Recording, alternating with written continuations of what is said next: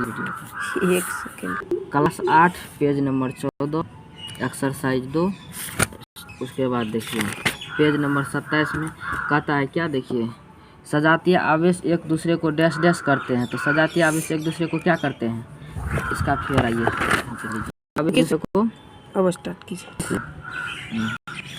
चलिए, सजातीय आवेश एक दूसरे को विकर्षित करते हैं, विजातीय आवेश एक दूसरे को आकर्षित करते हैं, त्वरित चालक त्वरित से भवन की सुरक्षा करते हैं, भूकंप की तीव्रता का मापन रिएक्टर स्केल से किया जाता है।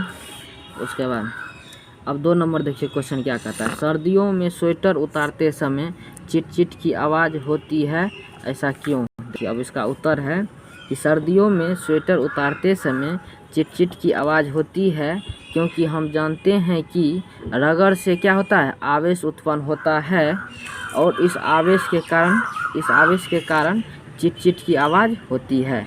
अब देखिए क्वेश्चन नंबर 3 क्या कहता है कि जब हम विद्युतदर्शी के ऊपरी भाग को छूते हैं तो वह अपना आवेश देती है।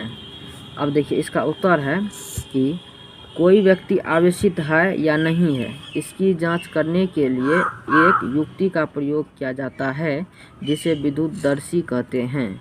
अब देखिए विद्युतदर्शी में सुचालक वस्तुओं से होकर आवेश का स्थानांतरण होता है। जब विद्युतदर्शी ऊपरी भाग को छूते हैं तो आवेश हमारे शरीर के माध्यम से होकर पृथ्वी में क्या होता है, चला जाता है। कहता है इस तरह विद्युतदर्शी के ऊपरी भाग को स्पर्श करने पर यह अपना आवेश खो देती है। क्वेश्चन नंबर 4 पे अब आइए।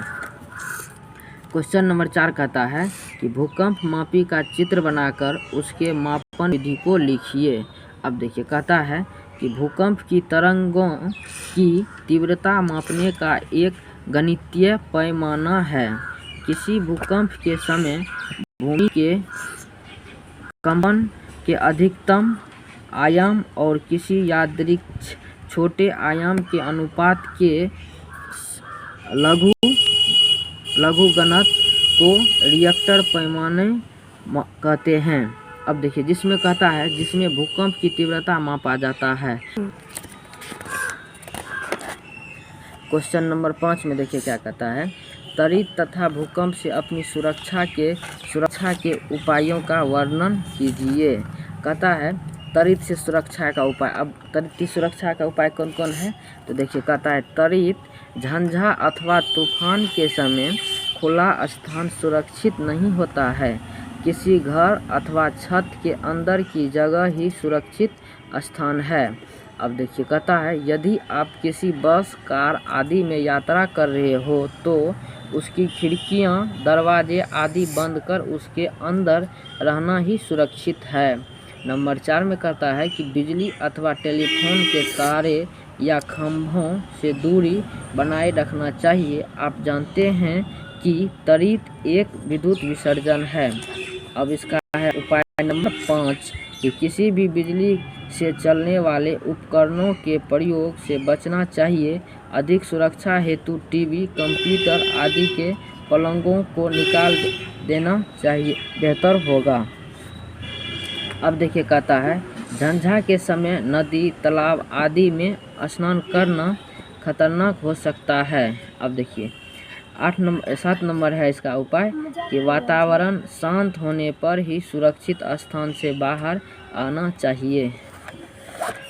अब एक तो बचा है, ओके कीजिए।